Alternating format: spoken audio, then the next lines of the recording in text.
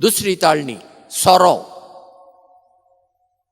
एकदा तूं सोऱ्याक लबदलो गुलाम जालो मागीर तूं सोऱ्याचोच गुलाम जाताय आनी तुजें नांव पाड करून घेताय.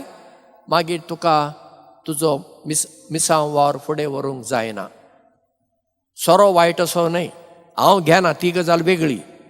हांव सॉफ्ट ड्रिंकूय पियाना ती गजाल वेगळी. पूण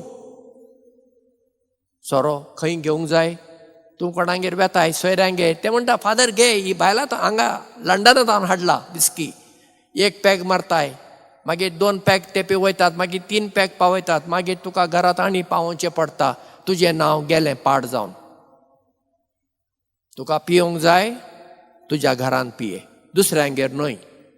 जायते फावटी हांव पाद्रींक सांगता तुका पियोंक जाय इलें तुज्या घरान पिये दुसऱ्यांगेर न्हय.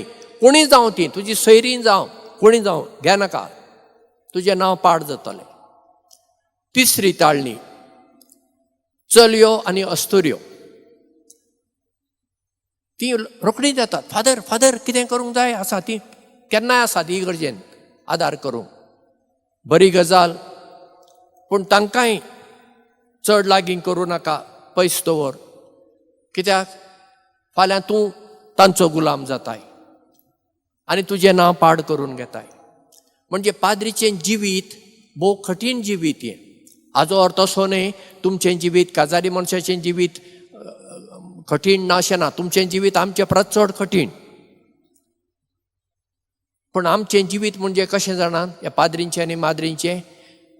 आदीं सर्कस आमच्या गांवांत येताली न्हू आनी त्या सर्कसांत एक तार आसताली. ते तारीचेर एक बरी सोबीत चली एका चाकाचें सायकल सोडता.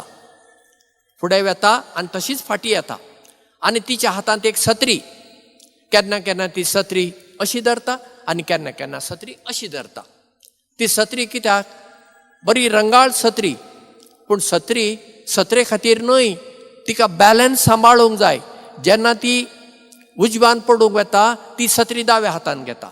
जेन्ना ती दाव्यान पडूंक येता सत्री उजव्या हातान घेता. अशें ती बॅलन्स सांबाळून फुडें वता आनी फाटीं येता. आमचे पाद्रींचें आनी माद्रींचें जिवीत अशें आसूंक जाय. ते सर्कसीन ती चली ते तारीचेर सायकल सोडता तशें आमकां केन्ना केन्ना कोणी ओडतात तेन्ना आमी तांचे कुशीन वचचें न्हय. आमी दाव्यान रावूंक जाय. केन्ना केन्ना आमकां थोडी दाव्यान ओडतात आमी उजव्यान रावूंक जाय. खरें म्हणजे आमी मदेंच रावूंक जाय. लोक आमकां नाचयतलो म्हणून आमी नाचुया ना.